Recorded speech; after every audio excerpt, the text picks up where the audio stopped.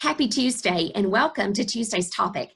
I'm Pam Carnes, President and CEO of the Cherokee County Chamber of Commerce, and I'm excited today to have Erin Wofford with me, who is going to tell you everything that you need to know about the census. Many of you probably have already completed your census form, and I hope that's the case. But unfortunately, there are some of you out there that have not gotten around to that with everything else that's been going on in your busy lives over the past several months. So we're going to visit today with Erin and find out exactly what's happening with the census, why it's so important, and then I know that she'll provide you with information on how you can make contact with the census folks as well. So Erin, before I give them a little background on Fair Count, let me thank you for being on Tuesday's topic. Hi Pam, I'm so glad to be here. Thank you again for inviting me to be a part of today's video. You're welcome. What we've been doing on Tuesday's topic each week is talking with someone that is from a varied background. You never know who we're going to visit with. And it's to update folks in the community about something that is impacting Cherokee County. So we appreciate, again, you being here. So I'll look to some notes and make sure that I get everything right when I share with you, of course, about Fair Count. Fair Count is a nonprofit organization, and they partner with Hard to Count, or HTC, communities to achieve a fair and accurate count of all of the people in Georgia. And some people may say, wait a second, you're trying to find every single person in Georgia. Absolutely, and that's what every state across the country is doing as well.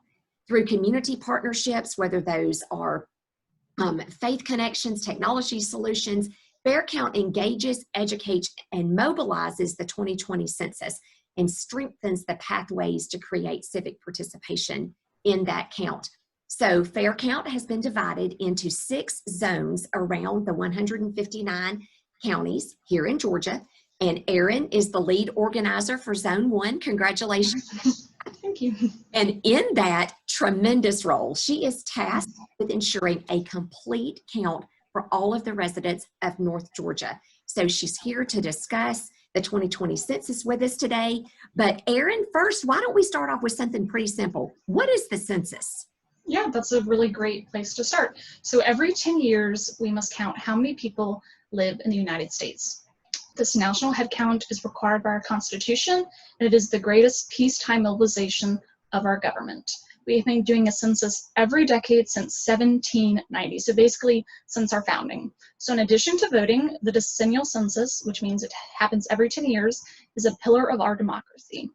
It impacts every aspect of American life, and it tells our story. The count is used to direct federal dollars to state and localities and to ensure our government fairly and accurately represents the people. So that clearly, to me, is a reminder of why it is so important. It's not just to find out how many people live in your household, and if you have grown your family since the last census count. That's definitely not what it is. It is about congressional representation, funding, whether that's for everything from transportation to grant dollars. So it is vital. So why is it so important then for people to realize that getting counted is important? Like, they may think, oh, it's okay if they miss a family. Well, that family might be a family of 10. Why is it so important to try and get every household counted? Yeah, that's true. We want to make sure that every single person gets counted. So participating in the 2020 census is key. It's the way that we shape the future of our communities, and that's for 3 main reasons. So the first is resources, then economic development, and then representation, as you mentioned. So with federal funding, that's allocated to communities based on census data. So this is funding for public services, infrastructure, schools and education, foster care, child care, healthcare and hospitals, housing, roads and highways, and also emergency services. And 300 federal programs, so the National School Lunch Program, Medicaid, Medicare, SNAP, and Head Start, they all receive funding based on the census data. These programs depend on an accurate count. So the second, like I mentioned, is economic development. So the 2020 census will influence economic development and job creation. I know this is really important for the Chamber of Commerce and for a lot of Cherokee County residents given the current times. So businesses and employers and community planners use census statistics to learn about opportunities for economic growth. So they may look at the population in a certain city or a county and see if they want to open up a business and if that would be a vital business. So the third is fair political representation. So the 2020 census will also guide political representation through reapportionment and redistricting. So this year's count will determine the number of seats each state holds in the U.S. House of Representatives and how legislative district boundaries are drawn. So just to kind of highlight how important this is, following the 2010 census, Georgia gained 2 seats in Congress. And it's also possible for states to lose congressional seats. So you want to make sure that every single person gets counted, because an undercount, which means that some people are missed, those communities will be underfunded and underrepresented for the next decade. That's 10 years. That's a really long time. And they may also face cuts to critical services, which we do not want that to happen. And they may also miss out on opportunities for economic growth. So getting counted is especially important during this time, during a public health emergency. State budgets are being reduced, individuals and families are confronting job loss and loss of income, and communities are also facing increased food insecurity and food shortages. So as we recover from COVID-19, these federal funds will be even more important. I agree. And thinking if someone is trying to identify with an area that is funded, if you will, from the outcome of these numbers, surely they can identify with one of those that you mentioned. They might have children in school, but perhaps they have grandchildren. They may especially concerned about that congressional balance per state, or if it is from the healthcare side of things. So excellent points, and it really does touch so many different lives. Thinking about right now, and you mentioned during the pandemic, is the process safe, whether we were experiencing COVID or not? Thinking about, is it safe to respond? You know, some people are a bit taken aback by a census counter that would come to the door, but tell us about the safety aspect of the census, whether we were dealing with a pandemic or not. Right, so when we were not dealing with a pandemic, so in previous census counts, it's always been safe to participate. So absolutely responding to the census is safe and secure. And I know some individuals may have some reservations about responding, but I want to make sure that you know the information you provide is protected by federal law. So any information you provide on that form remains confidential for 72 years. So if you think of your current age, add 72 years to that. You may not be around anymore, and so you don't even need to worry about that. Right. And so responses cannot be shared with any local, state, or federal government agency. It's only used to produce statistics. Okay. Also, as determined by our Supreme Court, there's no citizenship question. So we want to count citizens as well as non-citizens to get an accurate count of our population. Gotcha. And then we mentioned COVID-19. COVID, so, yes. Right, and so that's why we really encourage individuals to respond now as soon as possible, because starting in mid-August, enumerators, census workers, they will be visiting households that have not responded. They will be wearing masks, they will be following public health guidelines, but if you're at all concerned about someone coming to your house, I would recommend responding before August to make sure that you're counted and you and your family stay safe. Perfect. Yes, just go ahead and submit that form.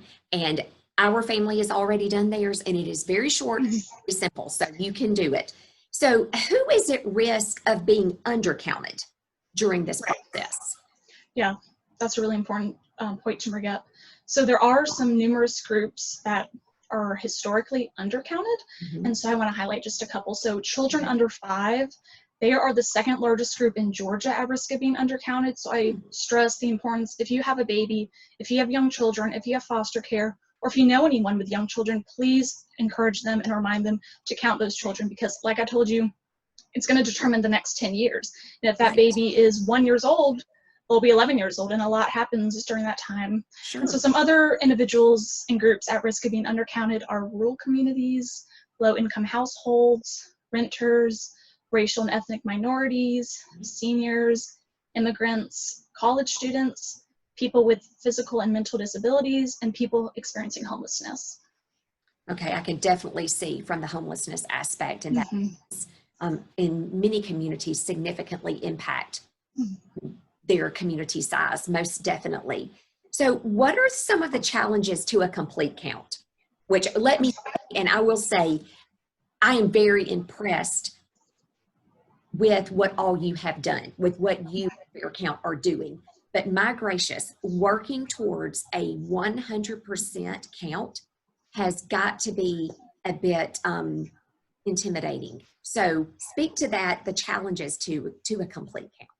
Right, and like you mentioned, so counting a diverse and a growing population, that is a massive undertaking. Sure. We already have a population of about, just over 300 million, and it's growing. That's a lot of individuals.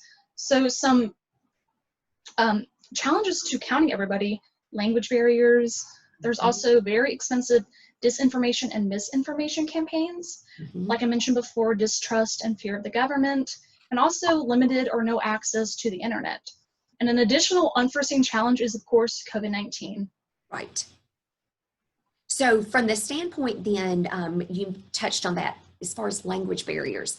When the counters begin to make visits into or to homes, like you said, over the course of the next couple of months, do you work to try to find those folks that are bilingual to work with you on those door-to-door visits? Is that challenging to find someone? I guess that the communication barrier would be one of the greatest challenges.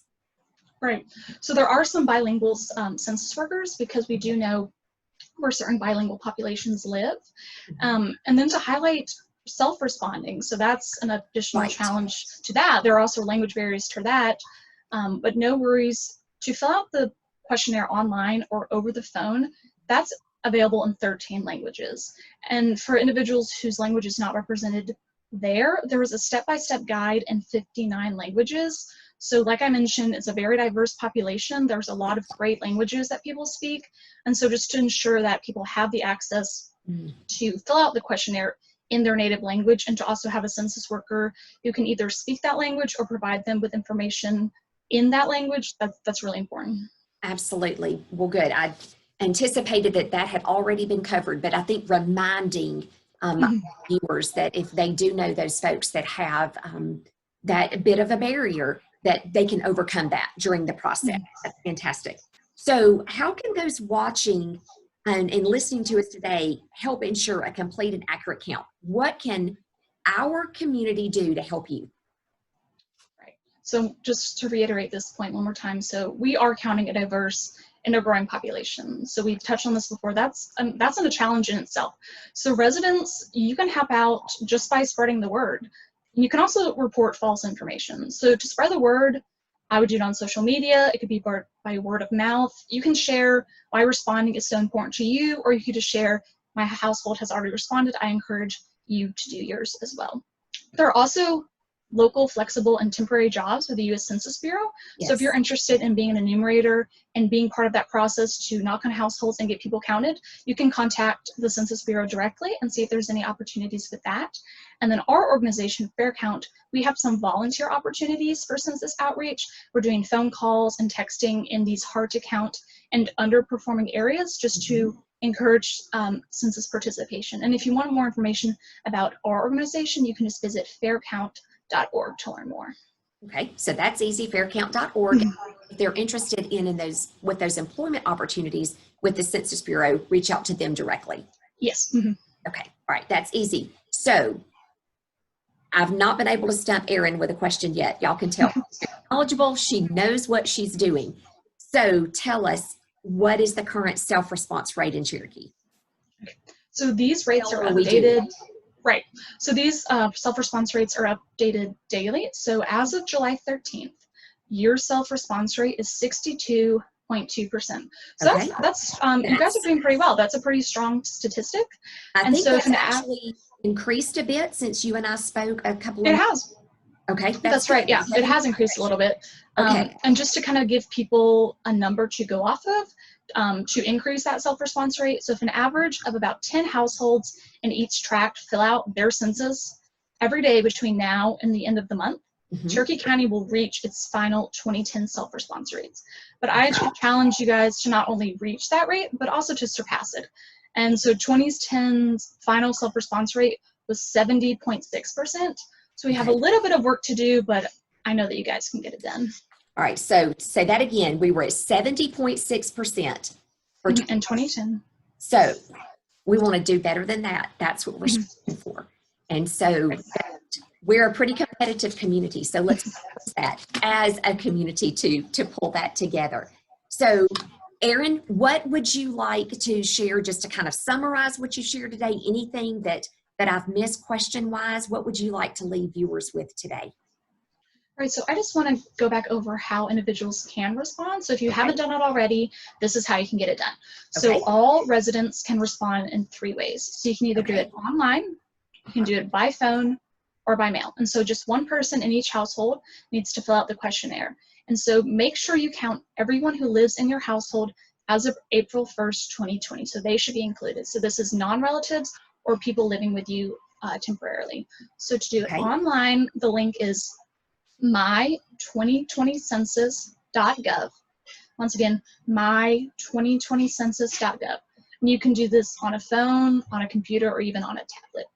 And if you want to do it by phone, you can call 844-330-2020. So that's the English line. And then the Spanish line is 844-468-2020. And you can just complete that over the phone. And then for the paper questionnaire, if you receive that, you can just fill it out and mail it back. And like I mentioned before, the online and phone questionnaire, that is provided in 13 languages. And a census ID, which you may be asked for, that is not required to respond. So if you have a census ID, you can go ahead and enter that. Some of the responses will be pre-filled, such as your address. But if you don't have a census ID, that's no problem. You can just use your address when responding. And I just want to note that the deadline to respond, it has been extended because of COVID-19 and some disruptions to the operations. So the new updated deadline is October 31st. So you still have some while to respond, but remember, the enumeration process will begin in August. And like I mentioned before, if you don't want someone coming to your household and knocking on your door, I would complete your census today, tomorrow, as soon as possible, but definitely before August. All right, perfect. And I was jotting down as you were running through those. So if you missed what Erin said relative to phone numbers, websites, any of that, I've got it, but you can also just, I guess we'll say in old-fashioned language, rewind this video and find it in comments. But I've noted it, so send me an email or reach out to me and I'll let you know that. Yes, new deadline, October 31st, but I'm with you, Erin. Let's get those filled out before we have to send folks door to door. But if you're looking at opportunities employment-wise relative to jobs, you can easily pull up 2020census.gov and it's right there for you. As far as, I don't know if our viewers can see that, but that is 2020 Census jobs. It is not too late to apply for those temporary part-time positions. So 2020census.gov. And then if you want to complete your form online, my2020census.gov. And then of course we want to do better than the 70.6% count from 2010. So let's work together as a community to do that. Well, Erin, I appreciate you joining me today on Tuesday's topic. Remember that you can find out more about the organization that Erin is a part of at faircount.org. And thank you so much for the opportunity to visit, but more so to put a name and face together. I had a chance to talk to Erin a couple of times on the phone and then email with her. So it's great to put names and faces together. So anything we can do as an organization to help you in this process, you know, to reach out, you know how to find us. And perhaps we'll be able to schedule, if it works out with your calendar, it'd be great to reschedule another visit at some point just to update folks on where we are from a percentage perspective relative to the count. And maybe we won't have to do a full push to the community. Maybe that's going to happen and everybody is going to either go in online, by phone, or by mail and take care of their census count. So thanks again for all that you do. Thank you for watching Tuesday's topic. And I look forward to seeing you soon as I interview or visit with someone else here in the community about something going on in our community that impacts you, that impacts your business or your family. So thanks again for being with us, and watch another episode of Tuesday's Topic very soon. Thank you.